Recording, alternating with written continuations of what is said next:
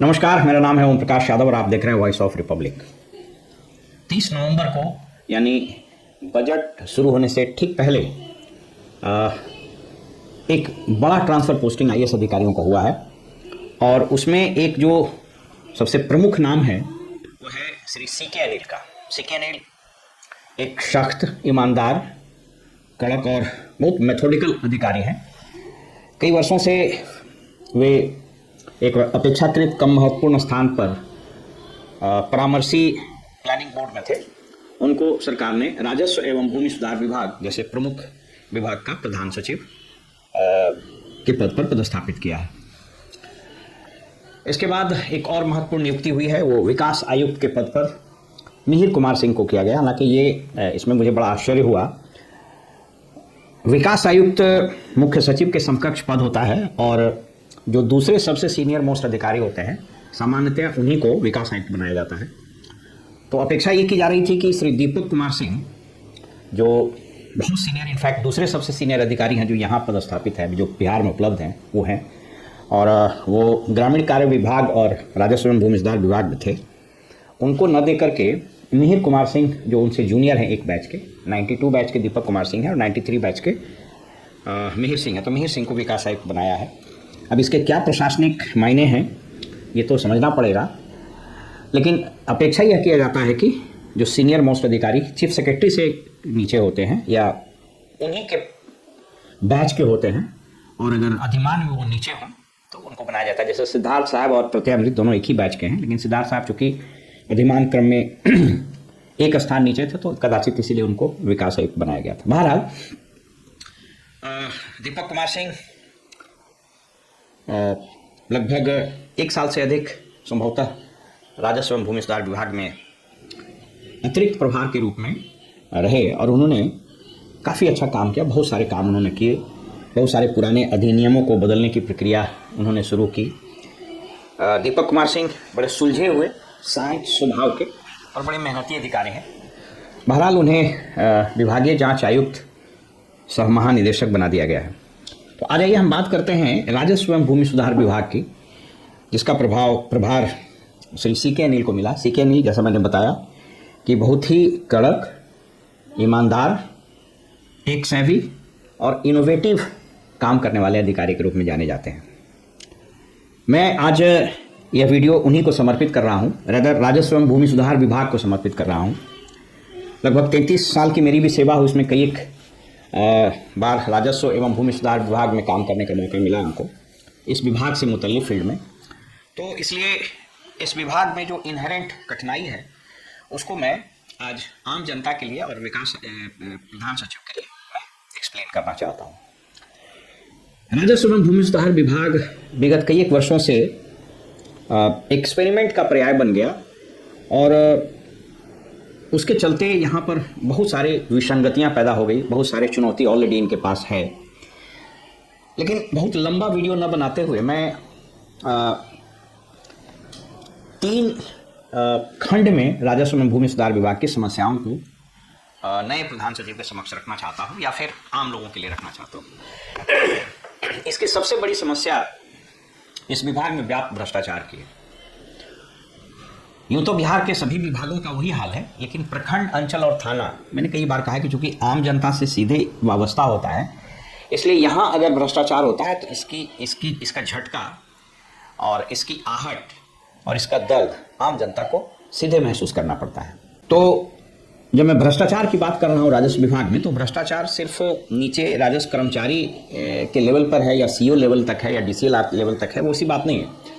भ्रष्टाचार हमेशा ऊपर से नीचे बहता है और विगत कई टर्म से जो हम मिनिस्टर्स रहे हैं उन मिनिस्टर्स की छवि अच्छी नहीं रही है और कई मिनिस्टर्स के बारे में तो बिल्कुल जग जाहिर हो गया था कि पैसे लेकर ट्रांसफर पोस्टिंग वगैरह किया गया। और अभी नई सरकार में विजय सिन्हा जो उप मुख्यमंत्री भी हैं, उनको प्रभार दिया गया है। अब ये कैसे काम करेंगे ये देखना होगा। तो भ्रष्टाचार से निपटना नए प्रधान सचिव की सबसे पहली और सबसे बड़ी चुनौती होगी।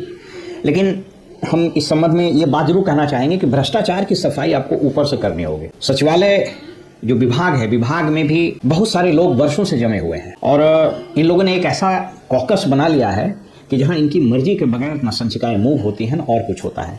तो इनको क्लीनिंग इन्हीं से स्टार्ट करना होगा।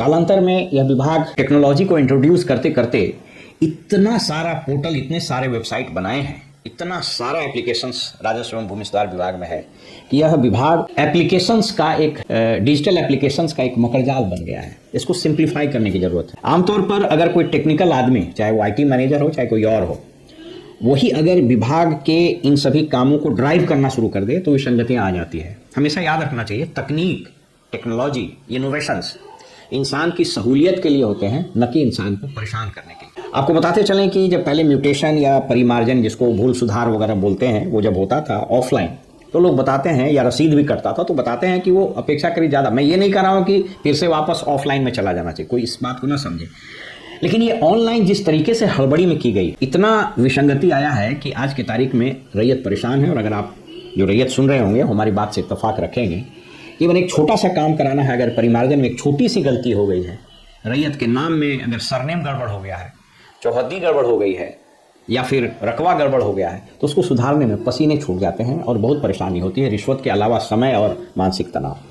तो ये सबसे पहली चुनौती है कि ये भ्रष्टाचार को ऊपर से इन्हें नीचे क्लीन करना पड़ेगा। मिनिस्टर के लेवल पर पैसे की उगाही नहीं हो, यह एक बहुत बड़ी चुनौती है, क्योंकि ट्रांसफ़र पोस्टिंग में मैंने बताया था कि रूल्स ऑफ एग्जीक्यूटिव बिजनेस में ऐसी व्यवस्था कर दी गई है कि जिसके कारण मिनिस्टर्स ही सब कुछ करता है ट्रांसफ़र पोस्टिंग में। तो इस पर नियंत्रण पाना ये एक बहुत बड़ी चुनौती है। लेकिन मुझको लगता है कि जिस तरह का बैकग्राउंड रहा है CK अनिल साहब का, ये इसमें निश्चित रूप से खरे उतरेंगे। तो पहली चुनौती भ्रष्टाचार को कंटेन करने की। अभी जैसे हाल में राजस्व कर्मियों के लिए जो नियमावली बनी है, हालांकि मैं उससे कदापि सहमत नहीं हूँ। राजस्व कर्मचारियों का जो कार्डर रूल बना है वह स्टेट लेवल का कार्डर रूल बना दिया गया। इससे बहुत कठिनाई होगी कि अब सोच करके देखिए कि जो 5000 के आसपास राजस्व कर्मचारी हैं उनका ट्रांसफर पोस्टिंग स्टेट लेवल से होगा, तो ये भ्रष्टाचार को बढ़ावा देता है। ये सब डिस्ट्रिक्ट लेवल पर ही होना चाहिए था जैसे पहले होता था। बहरहाल किस उद्देश्य से किया गया है मुझे नहीं मालूम, लेकिन इसमें शिकायतें आनी शुरू हो गई। मुझको कई एक राजस्व कर्मचारियों ने फ़ोन करके बताया कि सर हम लोगों को विभाग से और जो बहुत सारे उस तरह के दलाल होते हैं वो संपर्क करना शुरू कर दिया है कि हमको अगर आपको मनचाहा जिला में जाना है तो आपको 1 लाख रुपया लगेगा। हालांकि दीपक कुमार सिंह साहब ने बहुत अच्छा काम किया था, उसमें बनाया था कि ऑनलाइन पोर्टल खुलेगा और उनको 3 जिलों का देना पड़ेगा, ये चॉइस देना पड़ेगा और उस तीनों जिलों में एक जिले में कोई उन लोग को काम मिलेगा। लेकिन ये सब तभी हो पाएगा जब ट्रांसपेरेंसी रहेगी और जब इनके विभाग में जो लोग कॉकस बना के बैठे हुए हैं ये इस सिस्टम पर हावी नहीं हो, तब हो पाएगा, अन्यथा फिर ये कठिनाई बनी रहेगी।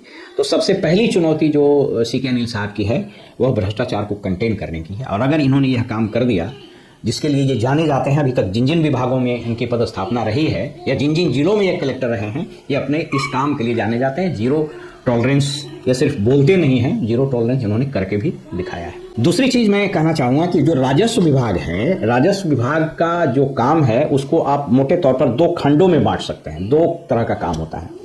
पहला काम है एडमिनिस्ट्रेटिव। तो इसका जो एडमिनिस्ट्रेटिव काम होता है वह जैसे लॉ एंड ऑर्डर में ड्यूटी लग गई, या फिर इलेक्शन का काम कराया, या फिर लैंड रेवेन्यू से एडमिनिस्ट्रेटिव काम कुछ मापी वगैरह कराया, या फिर और इस तरह के छोटे मोटे काम, कोई सर्टिफिकेट देना रहा, कोई इंक्वायरी रिपोर्ट वगैरह देना रहा, फील्ड विजिट करना पड़ा वगैरह वगैरह, ये सारे एडमिनिस्ट्रेटिव नेचर के काम। लेकिन राजस्व विभाग में जो दूसरा सबसे बड़ा काम है वह क्वाजाई जुडिशियल नेचर का होता है, अर्ध न्यायिक प्रक्रिया का होता है, जो अधिनियम नियम आदि से चलता है। कालांतर में मैंने देखा है कि बहुत सारे जो राजस्व एवं भूमि सुधार विभाग में प्रधान सचिव या अपर मुख्य सचिव आए, बहुत सारे, कुछ अच्छे लोग भी आए, लेकिन बहुत सारे ऐसे आए जिन लोगों ने जो क्वाजाई जुडिशियल प्रोसेस है, यानी अर्ध न्यायिक प्रक्रिया के तहत राजस्व में काम होना चाहिए, जैसे अंचल अधिकारी का न्यायालय हो, भूमि सुधार उपसमाहर्ता का न्यायालय हो, अपर समाहर्ता का न्यायालय हो, तो इन न्यायालयों को भी प्रशासनिक तरीके से डंडा हाँक करके काम कराने की कोशिश जब की गई तो उसके कारण बहुत सारी गलतियां। तो ये अभी इनके समक्ष ये दूसरी सबसे बड़ी चुनौती है कि प्रशासनिक काम कैसे हो। तो प्रशासनिक काम हमेशा प्रशासनिक तरीके से होता है, लेकिन अर्ध न्यायिक प्रक्रिया जो होती है वह हमेशा अधिनियम यानी कानून और नियम से होता है, और उसके लिए प्रक्रिया निर्धारित है। उस प्रक्रिया को आप प्रशासनिक तौर पर अचानक से नहीं। जैसे मैं आपको एक एग्जाम्पल दूं कि फर्ज कीजिए कि किसी कोर्ट ने किसी मुकदमे में नोटिस दिया है, और कानून में नोटिस देने का, मान लीजिए कि एग्जाम्पल लेके चलते हैं कि 1 सप्ताह का मिनिमम प्रावधान। तो अब वो डंडे से हाँक करके नहीं कहा जा सकता कि आज नोटिस दीजिए, आज ही सुनवाई कीजिए, आज ही ऑर्डर कर दीजिए। You can not do this. तो इस तरह के भी कई काम हुए हैं। और मुझको एक बात हम आपको बताते चले कि राजस्व विभाग की सबसे बड़ी जो इसमें विसंगति आने की और मकड़जाल फैलने की की जो बात हुई वो एक कारण से हुआ ये कि यहाँ पर हमने देखा है कि निर्णय लेकर के उसको ताबड़तोड़ एग्जीक्यूट कराने के लिए और पेपर में छपवाने के लिए पूरा विभाग लग जाता है। उसका परिणाम होता है कि उसमें बहुत सारी गलती होती है, और जब गलती होती है फिर उसको सुधारने के लिए दूसरी प्रक्रिया, फिर तीसरी प्रक्रिया, वो ऐसा विशियस सर्किल बन जाता है जो कभी ठीक नहीं हो पाता। जैसे मैं आपको बताऊं कि जब लैंड डिजिटाइजेशन का काम भारत सरकार की एक योजना के तहत बिहार में शुरू हुआ, तो उस वक्त जो लोग भी इसको देख रहे थे, चीफ सेक्रेटरी वगैरह भी इसमें पूरा, और मुख्यमंत्री वगैरह एकदम इन्वॉल्व हो गए, लगा कि एकदम जैसे उसको कल से परसों के अंदर ही कर देना है ताबड़तोड़। वही बोले कि ये अर्धन्यायिक टाइप का काम था, लेकिन उसको डंडे से करना शुरू किया।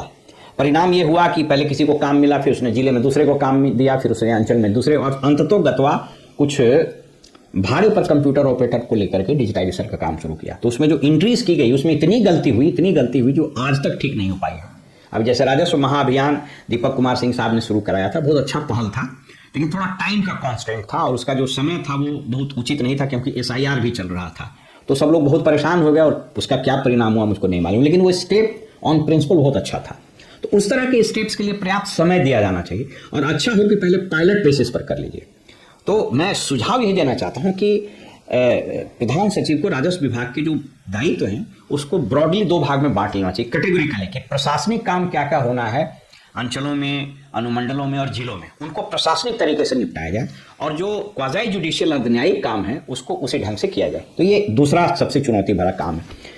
अब जैसे मैंने एक दिन अखबार में पढ़ा कि विजय सिन्हा पॉलिटिशियन को तो जो मन में आता है वो बोल देता है, अखबार भी जो मन करता है छाप देता है, वाहवाही है। तो राजस्व भूमि सुधार मंत्री ने कहा है कि जड़ से उखाड़ के फेंक देंगे। अब 50 दिन में सारा DCLR केस का निपटारा कर दे। तो एक DCLR के यहाँ अगर मान लीजिए कि 4000 मुकदमा है, और 50 दिन के अंदर उसको अगर निपटाना है, तो एक दिन में, जैसे एक दिन में कितना हो जाएगा? अगर 5000 मुकदमा है 50 दिन में करना है, तो आप सोच करके देखिए, ये संभव ही नहीं है। तो इस तरह का उटपटांग, उलूल जुलूल तरह का प्रशासनिक निर्णय लेने से कठिनाई होती है। और उसमें होगा क्या, अगर आप डंडे पर चढ़ के करा भी दिए तो एक तो बहुत सारा प्रोसीजरल लैप्सेस होगा, कोई हाईकोर्ट जाएगा तो अपीयरेंस होगा, बहुत सारी गलती होगी, फिर अपील होगा, पिटीशनबाजी होगा, तो अननेसेसरली काम और आगे कॉम्प्लिकेटेड हो जाता है और कार्य का बोझ बढ़ जाता है। तो प्रशासनिक और क्वाज़ाई जुडिशियल को अलग करके उसको कार्य योजना बना के करना। तीसरा और अंतिम चीज जो बहुत महत्वपूर्ण है वो ये कि राजस्व विभाग में जो काम होता है, यद्यपि नई इस सरकार ने बहुत सारे नए नियम और कानून बनाए, जैसे म्यूटेशन का बहुत पुराना लॉ था तो नया म्यूटेशन लॉ बना, एक नया कानून बना BLDR, Bihar land dispute redressal act, बहुत शानदार कानून 2009 में बना, जिसमें रेती भूमि के बीच जो समस्या थी उसको सुलझाने के लिए DCLR का कोड दिया गया। लेकिन उसमें बहुत अपेक्षित कुछ एक जगह को छोड़कर परिणाम नहीं आए। यह भी प्रक्रिया बड़ा भ्रष्टाचार का, इसमें बहुत शिकायतें आने शुरू हो गई। इसको कैसे ठीक करना है? इसके अलावा यहाँ पर जो टेनेंसी एक्ट है, बिहार टेनेंसी एक्ट 1885 का कानून है, ये सबको बदलने की जरूरत है। लैंड रिफॉर्म्स एक्ट 1950 का, सीलिंग एक्ट 61, ये सब बहुत सारे कानून रिडंडेंट हो गए हैं। तो अगर प्रधान सचिव ने इसमें पहल करके जो रिडंडेंट कानून है उसको रिपील करिए। अननेसेसरली हम लोग ब्रिटिश लीगेसी ढोए जा रहे हैं। BT एक्ट में इतने सारे अमेंडमेंट हुए हैं कि वो समझ पाना मुश्किल है। वैसा डेफिनेशन है जो आज की तारीख में इररिलेवेंट हो चुका है। तो अब ये बहुत कठिन काम है, बहुत आसान नहीं है, लेकिन इस दिशा में पहल तो किया जाना चाहिए। पहल अगर होगा तो बहुत सारे अधिकारी जानकार हैं जो इसमें कर सकते हैं। एक राजेंद्र प्रसाद जी रिटायर्ड ऑफिसर हैं, लैंड रेवेन्यू वगैरह में भी रहे हैं, बहुत जानकार हैं, उन्होंने बहुत सारी किताबें लिखी है। इसके अलावा और बहुत सारे अधिकारी हैं पुराने, एक सरगुन प्रसाद यादव है, बहुत शानदार जानकार अधिकारी है। तो उन सब लोगों को सम्मान दे करके और उचित उनको पारिश्रमिक दे करके ये BT act, land reforms act, सब उठा के देख लीजिए। जितने तरह के भूदान एक्ट, कोई सेंस नहीं है बिहार भूदान एक्ट का, ये अननेसेसरी डिस्प्यूट को बढ़ावा देता है। ये सबको रिपील कर देना चाहिए। केंद्र सरकार में लॉ कमीशन बनता है। लॉ कमीशन क्या करता है? सभी अधिनियमों को, कानून का अध्ययन करता है और सरकार को रिकमेंड करता है कि इतने सारे कानून हैं जो रिडंडेंट हो गए हैं।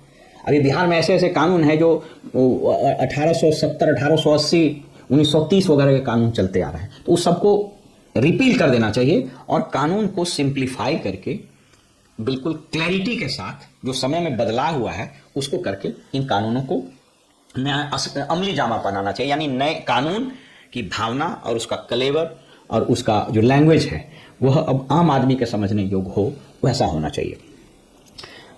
ब्रिटेन में एक किताब में पढ़ रहा था, इंटरप्रिटेशन ऑफ द लॉ का इंटरप्रिटेशन करके किताब ब्रिटिश बैरिस्टर ने लिखी है। उसकी जो मूल भावना है वो ये कहता है कि कानून की भाषा वो ऐसी हो कि आम आदमी अगर पढ़े और कोई विद्वान आदमी भी पढ़े तो उसका अर्थ सेम निकलना चाहिए। यानी वो इतनी सिंपल हो और इतनी स्पष्ट हो, न कोई एम्बिग्विटी उसमें नहीं हो। हमारे यहाँ दुर्भाग्य से जो कानून की किताबें हैं, जो कानून लिखे गए हैं, एक लेमन पढ़ेगा तो पहले तो उसको कुछ समझ में नहीं आएगा, और दूसरा उसमें इतने if but nonetheless nevertheless notwithstanding type के शब्द लिखे रहते हैं कि उसमें जितना लिटिगेंट आदमी होता है बस वो अलग अलग उसका इंटरप्रिटेशन करता है। तो law must be simple, law must be understandable and law must be as per the requirement of the time, समय के अनुरूप होना चाहिए। तो तीसरी चीज, अंत में जो एक बात मैं बताना चाहूंगा वो सर्वे के संबंध में। बिहार विशेष भूमि सर्वेक्षण और बंदोबस्त अधिनियम 2011 लागू हुआ और 2011 से ही इस राज्य में भूमि बंदोबस्ती नीतीश जी ने शुरू की। अगेन इसमें भी वही हुआ, ये काम था क्वाज़ी जुडिशियल और इसको प्रशासनिक तरीके से हाँकना लोगों ने शुरू किया। परिणाम हुआ कि पहले फेज का फेल कर गया, कलेक्टर्स को दिया गया बंदोबस्त पदाधिकारी का प्रभार। दुर्भाग्य से इस राज्य में कलेक्टर्स को कलेक्ट्री के अलावा सब आता है। Most of the collectors have become YouTubers. मैं बार बार बोलता हूँ, उसको राजस्व से न तो कोई इंटरेस्ट है, न उससे उसको कोई वाहवाही मिलती है। अधिकांश कलेक्टर को छपास की बीमारी लगी है, आधा टाइम फेसबुक और यूट्यूब में लगा रहता है, तो वो पूरा फेल कर गया। उसके बाद मुझको याद है 2022 में 20 में फिर इसको शुरू किया गया। उस वक्त जो प्रधान सचिव अपर मुख्य सचिव थे, नाम लेना उनका उचित नहीं होगा, उन्होंने भी वही गलती की।